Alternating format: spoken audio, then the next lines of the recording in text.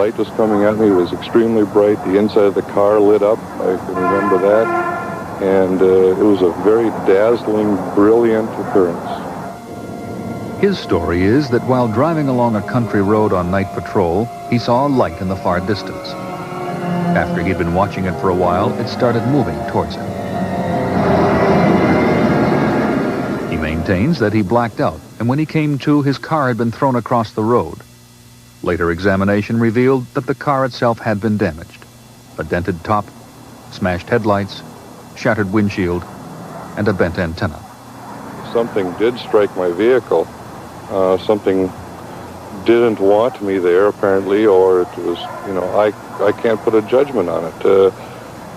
I really don't know how to classify it. I can't classify it as an attack. Perhaps it was an escape. We have a recording of the actual radio call that he made seconds after the incident. Listen closely. 407, what is your condition? I don't know. Someone just hit my car. I don't know how to explain it. Strange. Are you, what's your condition? Are you okay? Something attacked my car. I heard the glass breaking and the brakes locked up. I don't know what's going on. 10-4, I'll get hold of 406 Stephen and send him on his way. What is it that happened? Deputy Johnson recreated step by step the events of that night. I was on routine patrol and I came up to this intersection and I looked south and I saw a bright light just over the center of the roadway. My first impression was that maybe it was a semi with one headlight broken out, and then it dawned on me that the light was too big around and too intense for an ordinary headlight.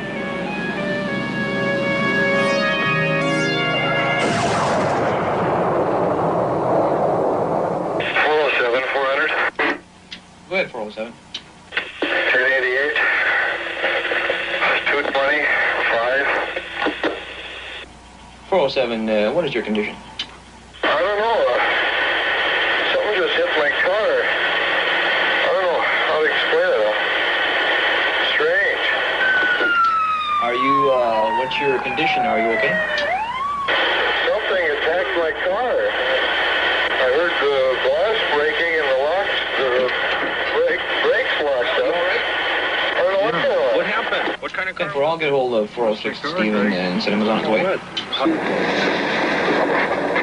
Val was rushed to a local hospital where he was examined by Dr. W.A. Pinsonals.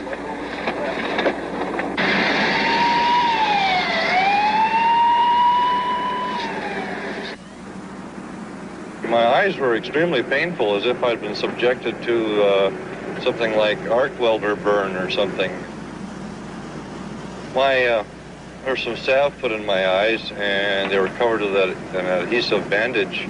But in a matter of 6 to 8 hours, it had cleared up. Johnson was unconscious for 40 minutes before he radioed for help and was taken to the hospital. A doctor and later an eye specialist confirmed that Johnson had suffered mild welder or flash burns to his eyes. Even stranger, both Johnson's wristwatch and the electric clock in his patrol car had mysteriously stopped for 14 minutes. An investigator from the Center for UFO Studies in Evanston, Illinois, flew in to examine the damaged patrol car. There was no evidence of radioactivity, and neither the investigator nor the sheriff can figure how the two spring-mounted antennas became bent at almost 90-degree angles. At the scene of the accident, skid marks show Deputy Johnson coasted for 800 feet after impact before applying the brakes. The area around here has been searched, but nothing's been found. All kinds of small airplane theories have been bandied around, but Deputy Johnson clearly remembers hearing no engine noise. And nothing explains the 14-minute lapse in the two timepieces, nor the peculiar bending of the antennas. It's a mystery. Or, as the UFO investigator from Illinois said, it appears to have been a close encounter of the second kind. Val Johnson's a very good fellow, and he's a good officer. He has 3 young children and a nice wife, and he's a very reliable person. And my feeling was that whatever happened was strange and unknown, and there was no doubt in my mind that Val was telling what he actually saw. This is Deputy Val Johnson and his wife, Roseanne. Everybody?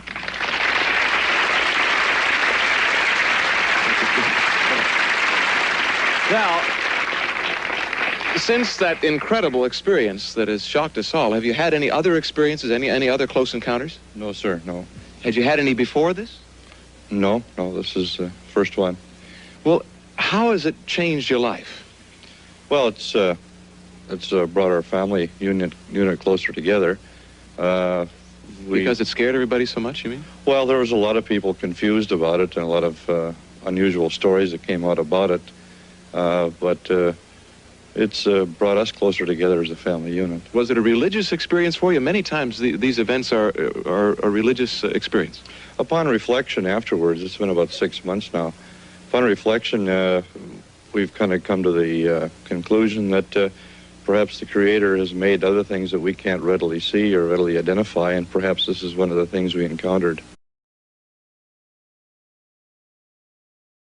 Ever had any phone calls or sensations that you wouldn't consider normal? Like not dizzy spells, but just something like ESP things, or seeing little Mrs. Black running around and knocking on your door? Yeah.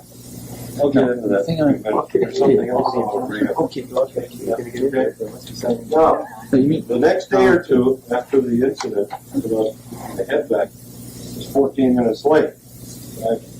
And someone noticed that when I got to the sheriff's office at 5 in the morning to make a statement. So I left there. Sometime there the next day or two, I understand, somebody went up, took to look at the police car, and lo and behold, the dash clock here was 14 minutes late to the minute, corresponded exactly to our wristwatch. And I can't explain it. There's 14 minutes time line. 854 feet sounds like you were going 600 miles an hour or something like that. One other thing is when you think of Calvin Parker and these other people, all these abduction cases, and I don't want to say that you have abducted, but there's always the possibility. Who's to say that you weren't abducted, just like these Close Encounters movies show? Your mind was probably brainwashed after, this is pure speculation, and then all of a sudden, these little white men didn't know exactly the spot, or all of a sudden your car was teleported, like they sometimes say there's this levitation-based place, and then you're in the side, somebody drives the car, jams on the brake, makes it look like you're like that in that configuration at an angle across the highway, only because there's 14 minutes. 39 minutes there. 39 minutes there, right, but 14 on the watch. Carl, you might have been somewhere else in 14 minutes. I don't know. Like I said, there's almost 40 minutes of my life I can't account for. I have a question now. This is a map of the area. Now, I don't know if you can tell. There's I don't know what time that is, but there's Steven. And I assume this is the 75, not the 59. This is the 72. No, that's it. 75, this is 240. Okay, and there's also, and there's the road, the graphics, and the Jordan Road. North of 317. County Road 317. Okay. Or north of that. That little thing there says that there's a radio tower. Did you also see the radio tower? You may put this if you pass this one, like this is on the corner, if it's on that, you use this there's another tower somewhere. Maybe halfway between here and Steel. Okay. And again, it goes right down by radio tower. It's the brightest thing I've ever seen. I was in the Navy. For about a while, we had some carbonary searchlights. And this is fully as bright and brighter than all those.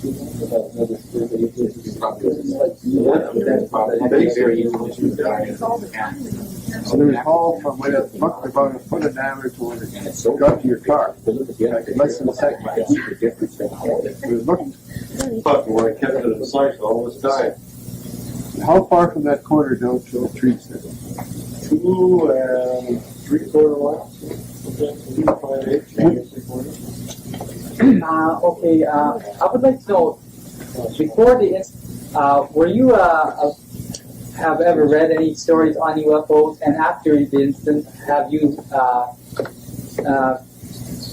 Are you have any interest at all after that incident takes place? Prior to this incident, I have about a 2-week attention span, and I'll do a good kick to read books on any subject for 2 weeks. And one of them was UFOs. I also read about the Russian criminal justice system and so forth and so on. So you don't really have any... So I have no real burning desire, right, prior to this incident. Since that time, numerous people have said you've just got to go see Close Encounters and I don't have the money or the time off of the evenings to go. But someone left me a book and I did read it. But that's still, you haven't read any magazine that started being made? Nothing that that I've gone out and bought. Everything has been thrown at you. Read it, I'll read it. Was there any damage to the radio itself? Well, to the the electronics on the. Okay, I have a CB radio. This antenna back here was from my CB. That's your own personal one, you mean? Yeah.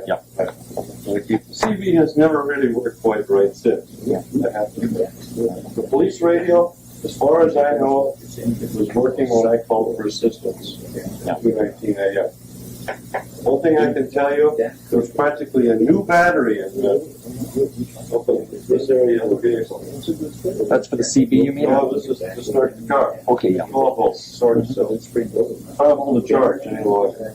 Charged it up, we charged it up, we started it up, we've driven it out, we've run idle, we shut it off, we'll try to turn it, you won't hold the charge. Has anybody tried to duplicate that either by, say, shorting the battery or something like that? Nothing that I'm aware of. Yeah. Well, when you keep your headlights were on, was the battery still working? What?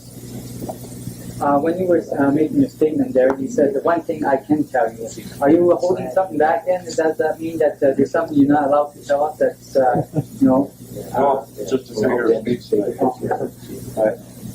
Have you ever been contacted by any people in the States, CIA, FBI, to undergo a brainwashing? Or, just under hypnosis, like I do with people in the National Enquirer has approached me. No, right? They wanted to take my head apart and use anything that they found with their exclusive publication. I told them that, first of all, they'd find very little inside, and second of all, it would be like selling your gallbladder for $2.50. You get headaches or something, recurring dreams. So the Air Force hasn't been contacted or anybody else interested? Nobody more I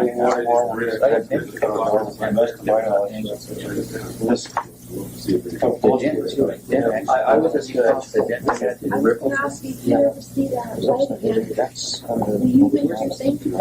Stop. Stop right here. Okay, remember that. Right. Call for help. No! Okay, I was just wondering about the actual investigation itself. Okay. Everett Doolittle fellow in the sweater was a good-looking fellow with some hair on his head. He was instrumental in the investigation and reconstruction, so if you want me to, I can turn it over to Everett. What went on after the fact? Yeah. I was of the fact Greg, the other deputy sheriff, came out and at the scene around at 2:19 a.m. and Everett followed up. So Everett took the chalk and I don't know how much I can answer what you put out. Well, I received the call after Greg was sent out. Then I received the call, and I called the sheriff. We went out to the scene, and that's when we made the measurements, and the glass was found. Took different pictures. My batteries were dead in my camera, so I used a multi-flash. Anybody photography wants to talk multi-flash? You set up in a tripod, and we don't use. I didn't use a multi-flash. Use a time lapse. I ran it on about with headlights for about 3 to 5 minutes on a couple. So the batteries were dead on that. Now, so I took pictures. I also, if you notice on it, I used a grid on some of it. Grid photography. Okay, sure. Like on the car, the damage, I have grids on some of the pictures, and the skid marks out there, I have a grid in it. So you got all the measurements to do with it. When we got back, we interviewed Val. We ran a tape, Val. And then we off the main machine. Everything he said when he called in was recorded.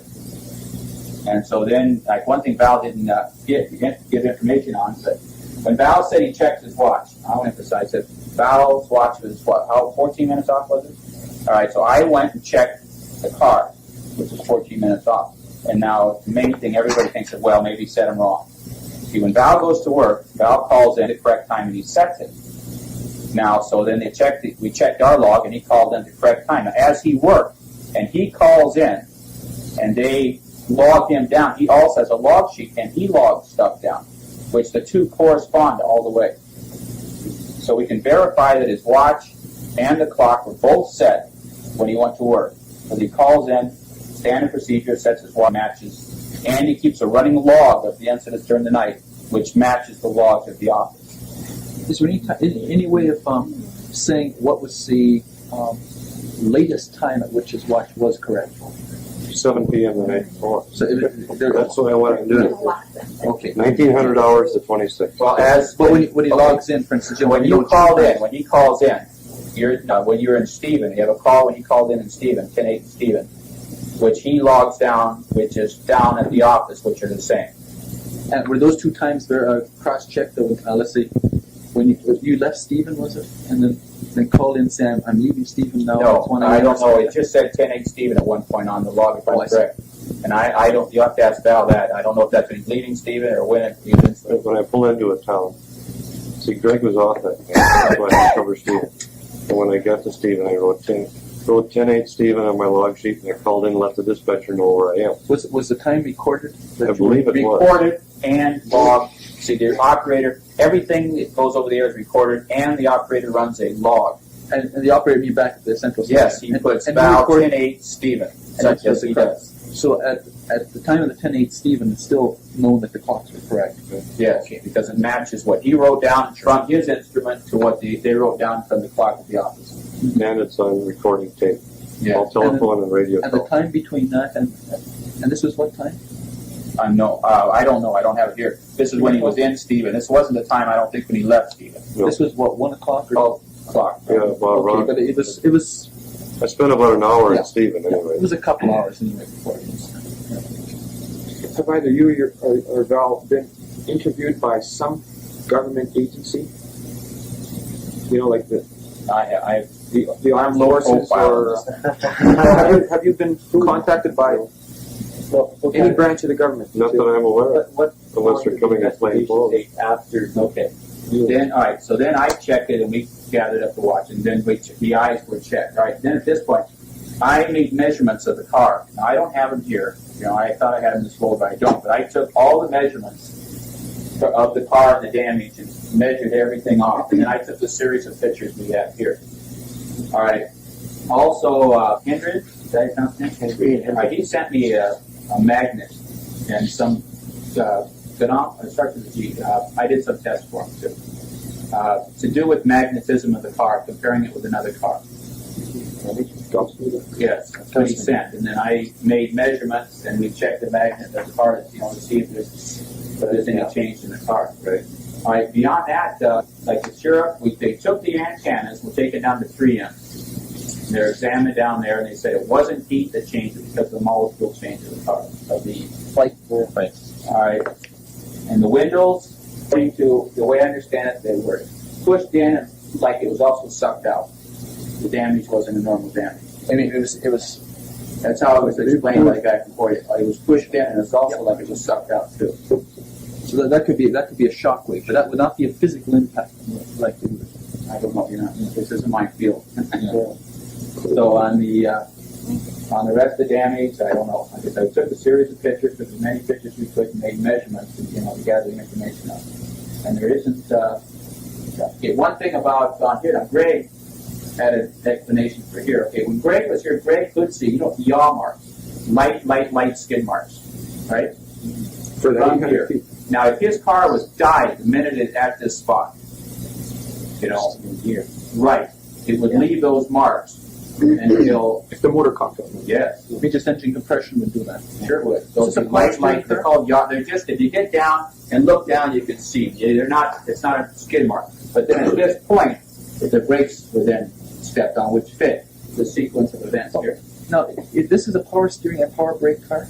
Yes. Now, that would mean that if the car was pointed directly and the engine went out, then it would keep going in that direction. The steering would be virtually locked. Yeah. Isn't that? So I mean, this yeah, might but be, you just lock it and watch. They don't always go like that. oh, I know. You know, it's, I mean, what I'm getting at is that one of the questions was how does an unconscious guy keep the car in a straight line for 854 feet? well, actually, if you took a car and it died on the road, you'd be fighting to keep it straight line. You got to stop.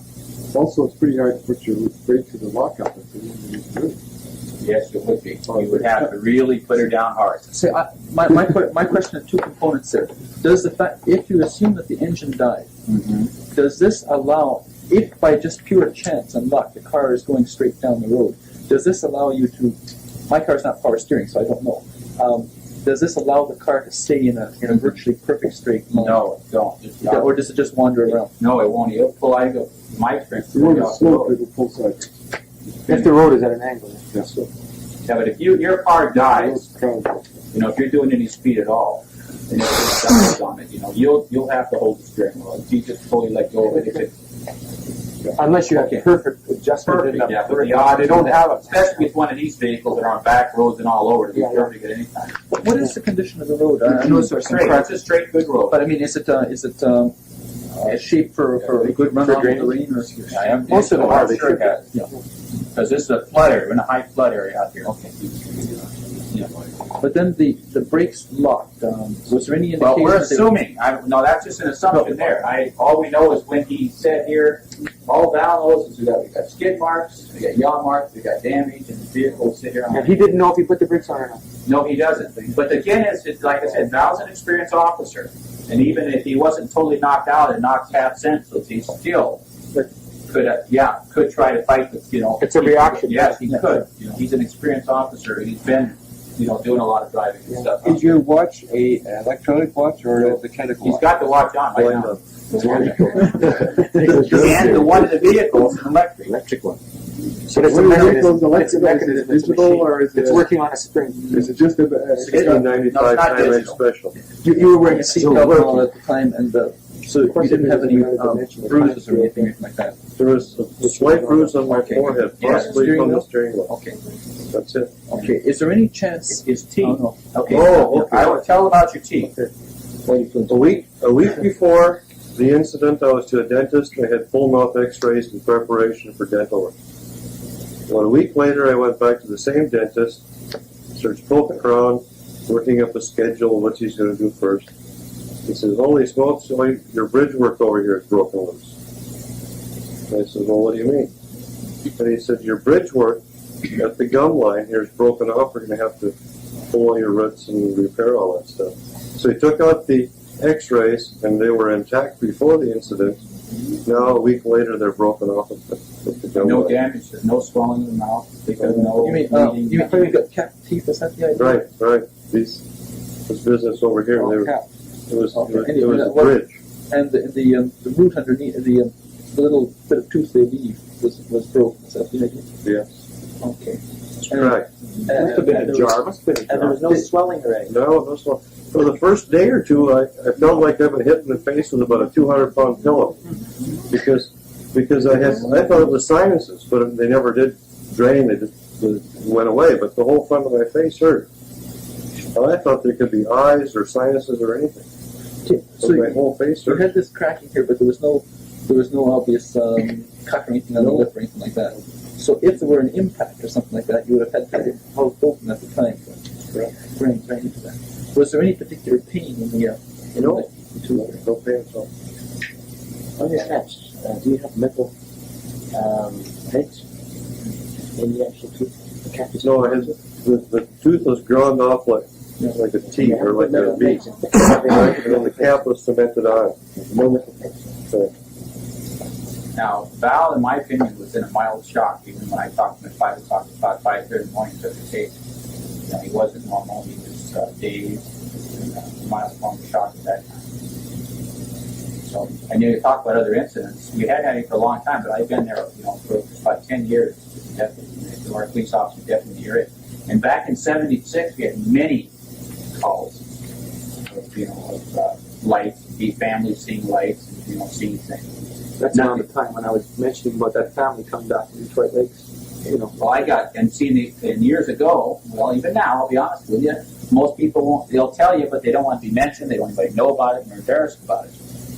But we actually had to a point that a deputy in Hellock, he kept out late at night, kept seeing lights and kept following them, that he got so much harassment from the other police officers and the public that he quit and moved away. Because he was a night deputy out of Kitson County. And I've had entire families in Argyle, the next town 10 miles down, who we put it about your area where this incident happened towards the northwest. The whole family was watching an object zipping across and then making sharp turns. So that, but that back in '76, there was a lot of it. And there was nothing until now. Just a flat for that time then. It was a flat for about a year or something like that. No, just steady. It was just there. It was, it was kept low profile. A lot of police officers saw stuff that you'll never see documentation. And it's just. I do have about a dozen reports around that time. One of those things, I mean by that, recall reading something about a perception of a time, mutilation, or was it just that it near the area? By bike, yeah, that's down here. I mean, it wasn't certain even the time if someone was from Warren about 15 was there. Was here. And how long Did it look larger? I mean, it's way down there, and you see this bright light. Now, if this were a physical object that moved up at a very high rate of speed, The size of the trees. yeah, that's what I'm getting at. Was there any perception of an increase in size, or just nothing that I. The light was there. The light was here. And what was your perception at the time? Did it just sort of fill everything that you could see? Yeah, I heard the sound of breaking glass. Yeah. The inside of my head and the inside of the car just lit up like I was inside of a. Okay, it's the last I recall. Well, when everything sort of lit up, okay. Do you have any experience with ball of lightning with something like? I know what you're talking about. When you ball lightning. Yeah, ball lightning. Okay. I've never heard of anything around that area. This type of thing. We've had all kinds of letters from people. And was this a ball of lightning? Was this what is it? Fires, almost fires. Yeah. So I've never heard of anything ever getting hit by a ball of lightning out there. I don't like the ball lightning explanation because ball lightning wouldn't necessarily be stopped by glass. It would be stopped by metal. But, the thing is, the ball of lightning wouldn't cover out there either if you drove towards it. It would be. There was no power lines or nothing out there. There's very little known about ball lightning. But conceivably, right? Not right. Okay, where at? Just behind the tree line. Yeah. Okay, but there. Yeah, but that's here. Now we're about. This is the tree line where the body. Power line's about beside the river, just down by the tree line. Oh, that's still close. This really is not too much perspective. So how far away are the power lines? They run across the road? Yeah. They run right. Well, here's 317. Now you're talking about where I'm looking back.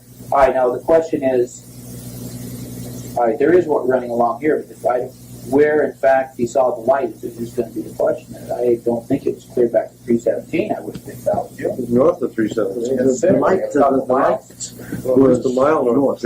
Yeah. So it'll be a mile. When you see a lightning flash, everything lights up. Yeah, the light. But there's a on the north of the river. Nothing like that. Just thinking that's on my north of the river. Yeah, north of the. For the. River runs across there. It's just a little. Is that the snake comes in there? No, what is it? Tamarack. Snake. Yeah, the snake. Yeah. Yeah, and the Red River runs along that road. Red River makes it. It's running right along there. Red River. It's a switchback in there about where the bridge is. That's right. You keep going along fine. What were you saying about the ball lightning? Well, there's very little known about ball lightning, but ball lightning won't. To the extent that it's first of all, it would be ball lightning would be a very low mass object. It's probably an ionized gas. On the other hand, there have been reports of ball lightning going through non-conductors. The idea being that it's a sort of a configuration of electric fields which is causing some sort of ionization. But in that case, it would be able to pass through a non-conductor. There have been reports of passing through glass and so on, whereas it wouldn't go through metal. If it hits the glass at an angle, it must be. I've heard it straight on, it would go through. But if it hits an angle at the glass, going very difficult for you because I can see a friend of mine who is a airline pilot, and ball lightning rolled right down the center aisle of the aircraft. Yeah, It went out through the tail. And an aircraft flying behind thought they blew up because they saw this light. But it was just ball lightning. Okay. And I guess the entire shell back there is metal. It's not, let's say, plastic. The way to get out. Well, I don't think it's plastic. It's white piece. So the point is that ball lightning. Some of these aircraft are made up of fiberglass. Yeah, see, fiberglass is a non-conductor, so electric fields would go straight through that. I'm just assuming that the aircraft skid was aluminum, but maybe it isn't. Yeah, I think the electric idea comes into account when you're trying to reconcile with things like the car's electrical system and things like that. And the thing that came to mind was ball lightning. The trouble is the mechanism of ball lightning. I don't like the ball lightning because there's not enough mass there to make a dent. I mean, and I don't. There were supposed to be breakages around these front headlight thing. But ball lightning, if we make that assumption, it's not going to have a mass that is large enough. Hence, momentum. You repeat it. Yeah, that's right. Whereas a ball lightning would presumably have lots of energy in it. It could cause burns, it could cause heating, and things like that. Okay. But on the other hand, it would be shielded against by metal, but it would pass through a non-conductor. If you put an ordinary light bulb and you put treble the voltage through it, it will implode. It will blow up. Yeah. So implode will blow up. What happens if ball lightning hits the electrical hits the electrical circuit of the car, the headlights operating there? It hits that particular headlight. The headlight is going to. Well, it depends on the. It depends just what kind of headlight you've got. If you've got one that's low pressure. These are still beams. These are still off the shelf like those. But okay, they wouldn't have. If you put a tremendous amount of power through them, you heat the gas that's inside there. Mm-hmm. Now you might be able to. If you cracked it, then you'd probably have an implosion. I'm not sure that's what happened. But don't forget, it would be almost instantaneous. In that case, you'd shatter the glass. You put an enormous amount of heat on it, you'd shatter the glass, and then I would imagine it would implode. Yeah. That would explain the breaks you have. I would like to know. But not the ring of metal. Okay, how many different officers in your area, like in your headquarters? How many is there stations up there? Can you count, like, or headquarters, like? Okay, we have. Our county is quite large. We have what we call field deputies stationed in various towns. There are 2 people in Warren. So Everett and another fellow. Greg's in Stephen. I'm in Oslo. We have an officer in Middle River, in New Fulton, and Grigla. The county is about 92 miles, 94 miles long. So we have deputies scattered out, and the 2 work out of the home office. Okay, what is the kind of attitude they're taking towards this incident? Are they taking it, like something can't be explained, it's dropped, or do they feel that there was something, like a spacecraft, or do they think that you're crazy, or what is the exact attitude? Would you be able to tell me, what they? Well, the sheriff, and I work with, and everybody in the county has been very supportive and understanding, because there have been, I would say that there isn't a family in the county that hasn't been either been touched with an occurrence or a sighting, or who've known friends or relatives who've seen things or have heard of things happening. And so the people have been very supportive and understanding.